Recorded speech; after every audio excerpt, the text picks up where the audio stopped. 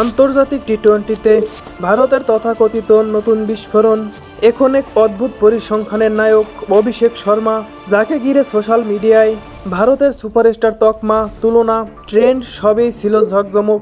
কিন্তু সর্বশেষ 10 ইনিংসের 5 বারই 0 রানে আউট, তার মানে অর্ধেক সময় ডাক।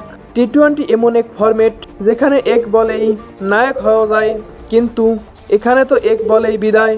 সমর্থকদের যুক্তিও কম নয়, ও খুব অ্যাগ্রেসিভ ইন্টেন্ট দেখাচ্ছে, বড় স্কোর আসছে সামনে, কিন্তু স্কোরবোর্ড শূন্যের সারি, যেন অন্য গল্প বলছে। ভারতীয় ক্রিকেটের আত্মবিশ্বাস বরাবরই তুঙ্গে, নতুন কাউকে পেলেই তাকে ঘিরে তৈরি হয় পরবর্তী কিং ন্যারেটিভ।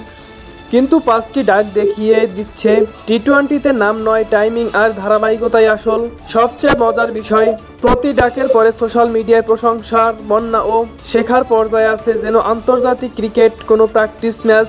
শেষ পর্যন্ত একটাই, এটা কি সাহসী ব্যাটিং নাকি দ্রুত প্যাভিলিয়নে ফেরার নতুন কৌশল?